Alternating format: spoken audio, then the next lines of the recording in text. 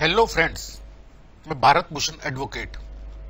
आज हम डिस्कस करेंगे कि कच्चा आड़तियाज की जीएसटी में टैक्स इंप्लीकेशन क्या रहेगी। हम जानते ही हैं कि वो कमीशन एजेंट्स जो एग्रीकल्चर प्रोड्यूस में डील करते हैं उनको अपनी भाषा में कच्चा आड़तिया कहते हैं। इन कच्चा आड़तियाज के पास किसान अपनी फसल लेके आता है और वो जब फसल बिकती है, जिस रेट में बिकती है, वो पैसा किसान को मिलता है। इन कच्चा आड़तियाज को इसमें अपना कमीशन मिलता है। उनकी जो लेबर चार्जेस होते हैं वो माल भरवाने के, माल वेट करवाने के, तुलवाने के, स्टोरेज के, माल की सफाई के, ये सब चार्जेस इन कच्चा आड़तियाज का मार्जिन है। अब जीएसटी में ये जितने भी कच्चा आड़तियाज के मार्जिन हैं वो सब एग्जेम्प्ट कर दिए हैं। ये नोटिफिकेशन नंबर 12/2017 जो सप्लाई ऑफ सर्विसेज में एग्जेम्पशन है उसको इसमें बताया गया है। इसका सीरियल नंबर 54 कहता है कि लोडिंग, अनलोडिंग, पैकिंग, स्टोरेज और warehousing of agriculture produce, ये सब जीएसटी में एग्जेम्प्ट है। Services by any agriculture produce marketing committee और बोर्ड और services provided by a commission agent for sale और परचेज ऑफ एग्रीकल्चर प्रोड्यूस, ये सब जीएसटी में एग्जेम्प्ट है सर्विसेज। हम जानते ही हैं कि कच्चा आड़तिया का टोटल वैल्यू एडिशन इन्हीं चीजों का होता है। उसको सेल पे कमीशन मिलता है जिसको हम अपनी लोकल भाषा में दामी कहते हैं। उसकी पैकिंग का, स्टोरेज का, लोडिंग, अनलोडिंग, सफाई का पैसा, ये सब कच्चा आड़तिया का वैल्यू एडिशन होता है और ये सब जीएसटी में एग्जेम्प्ट है। इस एग्जेम्पशन को देख के लगता है कि कच्चा आड़तियाज को जीएसटी इंप्लीकेशन से बाहर रखा गया है, लेकिन इसका टोटल इंपैक्ट जीएसटी का कच्चा आड़तियाज पर समझने से पहले हमें यह जानना होगा कि कच्चा आड़तियाज को जीएसटी आने से पहले इनडायरेक्ट टैक्स में कैसे डील किया जाता था। कच्चा आड़तियाज का प्री जीएसटी इरा में टैक्स ट्रीटमेंट समझने के लिए हम सुप्रीम कोर्ट की एक जजमेंट को यूज करेंगे जो commissioner of sales tax versus Bishambar Singh Laik Ram के केस में आई थी। ये 1980 में आई थी। इसमें कहा गया था, cultivators bring their produce to the assessee for sale. Assessee means वो kachcha arhatiya. The goods are weighed at his shop, उसकी दुकान पर वो माल तुलता है। देन सप्लाइड टू द पक्का आड़तिया और टू द अदर पर्संस। बिल्कुल यही काम कच्चा आड़तिया के यहाँ होता है। Price of the commodity in full or part is paid by the assessee to the cultivator directly. ये आड़तिया किसान को उसकी फसल का पूरा या पार्ट में पेमेंट दे देता है। The price from the purchaser is realized afterwards. जो खरीदार है उससे पैसा बाद में वसूला जाता है। In any case, it is not the responsibility of the cultivator to realize the price from the purchaser. किसान की कोई जिम्मेवारी नहीं है कि वो परचेजर से पैसा वसूल करे। On the contrary, it is the assessee who is responsible for payment of the price to the cultivator. ये आड़तिया की जिम्मेवारी है कि वो किसान को पैसा दे। Sometimes the cultivators are also paid advances and these are adjusted when the price of the produce is paid to the cultivator. पैसा एडवांस में भी दे दिया जाता है कई बार, और जब ये फसल बिकती है तो उसमें एडजस्ट कर लिया जाता है। बिल्कुल कच्चा आड़तिया आज भी यही काम करता है। किसान को पैसा देना आड़तिया की जिम्मेवारी है, बायर से पैसा वसूलना आड़तिया का काम है। किसान का उस पेमेंट से कोई मतलब नहीं है। पैसा देर से आता है, नहीं आता है परचेजर से, लेकिन आड़तिया किसान को पैसा देने के लिए जिम्मेवार है। इन फैक्ट्स को देखते हुए सुप्रीम कोर्ट ने कहा, it is evident from the statement of the case that the business carried out on by the assessee was more or less similar to that of a pakka arhatiya and it is misnomer to call it a kachcha arhatiya. Supreme court ने कहा कि ये जो काम कच्चा आड़तिया जिसको हम कह रहे हैं ये गलत नाम है, ये पक्का आड़तिया वाला ही काम करता है। सुप्रीम कोर्ट ने ऐसा इसलिए कहा कि कच्चा आड़तिया की जिम्मेवारी है वो फसल का पैसा किसान को दे। किसान को पैसा देना, उसके पैसे रियलाइजेशन से उसका कोई मतलब नहीं है। पक्का आड़तिया को परचेजर से पैसा वसूलना है, किसान को पैसा कच्चा आड़तिया ने देना है, उसका परचेजर की पेमेंट से कोई लिंक नहीं है। उसके बेस पे सुप्रीम कोर्ट ने कहा कच्चा आड़तिया एक मिसनोमर है, एक गलत नाम दिया हुआ है, ये एक पक्का आड़तिया ही है, ये फसल खरीद रहा है। आगे कैसे कहता है, it actually purchased the goods from the seller, that is the cultivators, and then sold them in the market to the other buyers as if they were its own। अपना माल समझ के बेचा, उसने किसान से खरीदा और आगे बेचा, ऑब्वियसली एट ए प्रॉफिट। ये प्रॉफिट जो हमने चार्जेस की बात की थी वही इसका प्रॉफिट होता है। It paid to the cultivator the price of the good it purchased and received from the buyer at which the goods is sold. Selling of goods was not simultaneous with receiving them.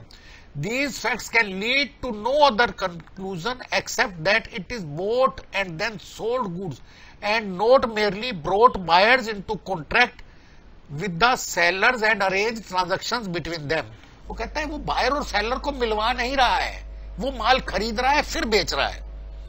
In these circumstances, the High Court should have held the assessee to be a dealer under this section of the act।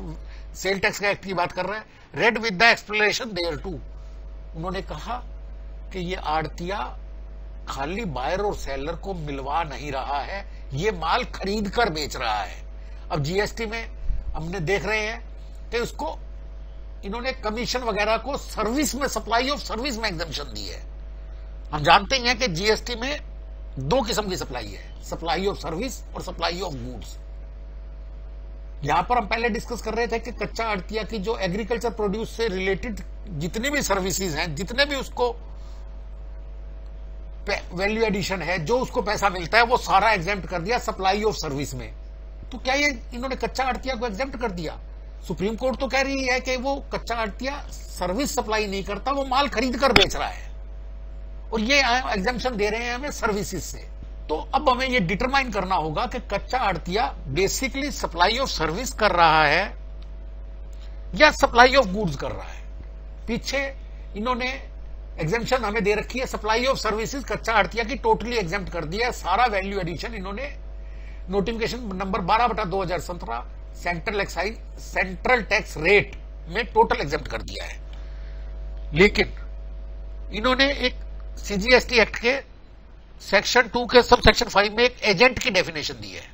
वहां ये कहते हैं agent means a person including a factor, broker, commission agent, arhatiya, del credere agent or an auctioneer or any other mercantile agent who by whatever name called who carries on the business of supply or receipt of goods or both on behalf of the another।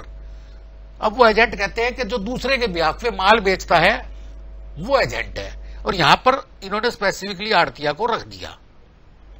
अब यहां agent की definition में आड़तिया डाल दिया। Supreme court कह रही है कि ये माल खरीद कर बेच रहा है, यहां जीएसटी में इसको एजेंट कह दिया। चलिए आगे चलते हैं। एक और कमीशन एजेंट की डेफिनेशन है, वो आईजीएसटी एक्ट के सेक्शन 2 के सब सेक्शन 13 में दी हुई है। वहां पर नाम है intermediary. Intermediary means a broker, an agent or any other person by whatever name called who arranges or facilitate the supply of goods or services or both or securities between 2 or more persons but does not include a person who supplies such goods or services or both or securities on his own account। पहले agent की definition थी जो दूसरे के behalf पे माल बेच रहा है, और अब इंटरमीडियरी की डेफिनेशन दे रहे हैं कि जो बायर और सेलर को मिलवाता है, सप्लायर और रेसिपिएंट को मिलवाता है लेकिन खुद कोई सप्लाई नहीं देता, उसको इन्होंने नाम दिया इंटरमीडियरी। दोनों डेफिनेशंस देखने में लग रहा है कि म्यूचुअली एक्सक्लूसिव है दोनों ही कमीशन पर काम करने वाले। एजेंट वो है जो प्रिंसिपल के बिहाफ पे सप्लाई लेता है या प्रिंसिपल के बिहाफ पे सप्लाई देता है। इंटरमीडियरी वो है जो कोई सप्लाई लेता या देता नहीं है, वो खाली सप्लाई दो आदमियों के बीच में फैसिलिटेट करता है। दोनों डेफिनेशंस क्लियरली म्यूचुअली एक्सक्लूसिव है। हम जानते हैं कि जीएसटी में सप्लाई तभी टैक्सेबल है जब कंसीडरेशन के लिए हो। पीछे हमने ये डेफिनेशन जो एजेंट की देखी थी, इसमें हमने देखा था कि एजेंट वो होता है जो किसी प्रिंसिपल के बिहाफ पे सप्लाई करता है। जब हम अपना माल सेल के लिए किसी कमीशन एजेंट को भेजते हैं, उस टाइम वो एजेंट हमें कोई पैसा देने के लिए लायबल नहीं होता। तो जब हम माल एजेंट को बेच रहे हैं, जैसे C&F एजेंट को भेज रहे हैं, तब उसमें कोई कंसिडरेशन इन्वॉल्व नहीं होता, तो जीएसटी नॉर्मली उस पर नहीं लगता है। लेकिन जीएसटी में एक डीमिंग प्रोविजन डाला है, डीम्ड सप्लाई का कंसेप्ट भी डाला हुआ। वहां पर कहते हैं कि कुछ एक सप्लाईज इवन कोई कंसिडरेशन नहीं हो तब भी वो जीएसटी में सप्लाई समझी जाएगी, टैक्सेबल सप्लाई होंगी। वो entries schedule 1 of CGST act में दी हुई है। उसकी एंट्री नंबर 3 कहती है supply of goods by a principal to his agent where the agent undertakes to supply such goods on behalf of the principal, or by an agent to his principal where the agent undertakes to receive such goods on behalf of the principal।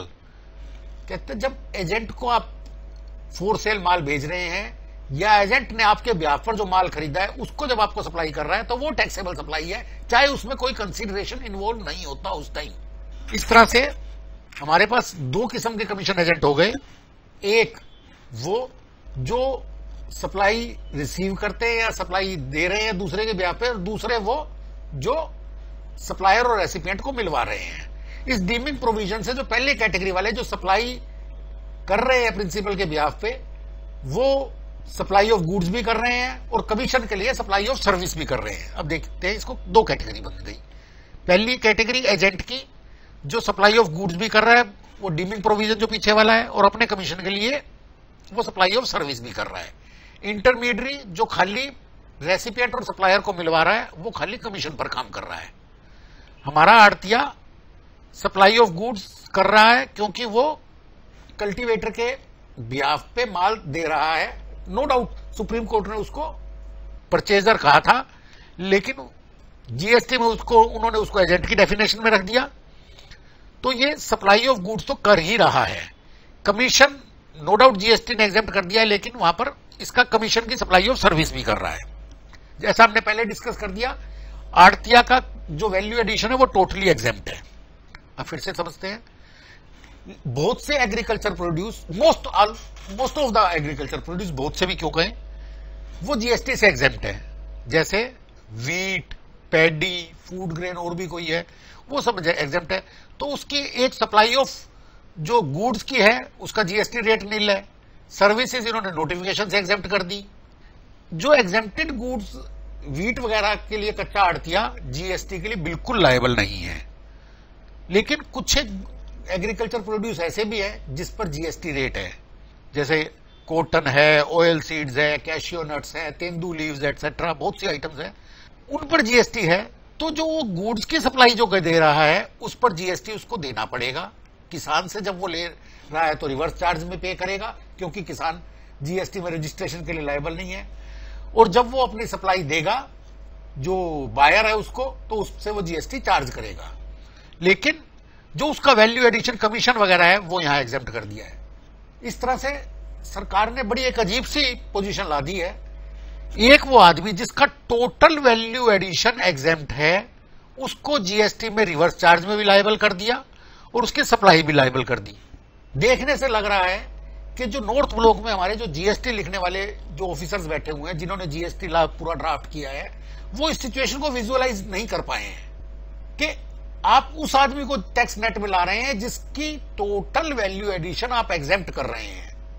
ऐसे में ये अपनी goods जो receive कर रहा है उसको कैसे वैल्यू करेगा, सप्लाई को कैसे वैल्यू करेगा, कैसे जीएसटी चार्ज करेगा, इसकी बिल्कुल क्लैरिटी नहीं है। जीएसटी में लिमिटेशन पीरियड बहुत लंबा है, 3 years from the date of annual return. Means जो अब इस सीजन में जो मंडी में माल आ रहा है उस पर अगर हम जीएसटी ना समझने के कारण प्रॉपरली डिस्चार्ज नहीं कर पाए तो इसकी एनुअल रिटर्न जाके आएगी 2018 के एंड में। उससे 3 साल तक डिपार्टमेंट हमें डिमांड दे सकता है, जिसमें उस बेचारे आड़तिया का कोई फॉल्ट नहीं है। इस पर क्लैरिटी होनी चाहिए। क्लैरिटी लाने के लिए ये जो एम्बिग्यूटी है इसको हमें हाईलाइट करना होगा, ये डिपार्टमेंट की नोटिस में लानी होगी, वहां से क्लैरिफिकेशन लेना होगा। अगर क्लैरिफिकेशन नहीं आता है तो आड़तिया को चाहिए कि वो इसको एक प्रेशर ग्रुप बनाकर इस पर सरकार को बताए कि हमें ये दिक्कत आ रही है, जिससे वो क्लैरिटी लाए। साइमल्टेनियसली कुछ कच्चा आड़तिया जो बड़े स्केल पे काम कर रहे हैं वो चाहें तो एडवांस रूलिंग में जाकर भी इस पिक्चर को क्लियर करवा सकते हैं। इसके ऊपर एक राइटअप, जो मैंने अभी बातें कही है उनको प्रोविजन और ये जजमेंट जो मैंने रेफर की है वो सब आपको मेरी साइट जीएसटी मंत्रा पर मिल जाएगी।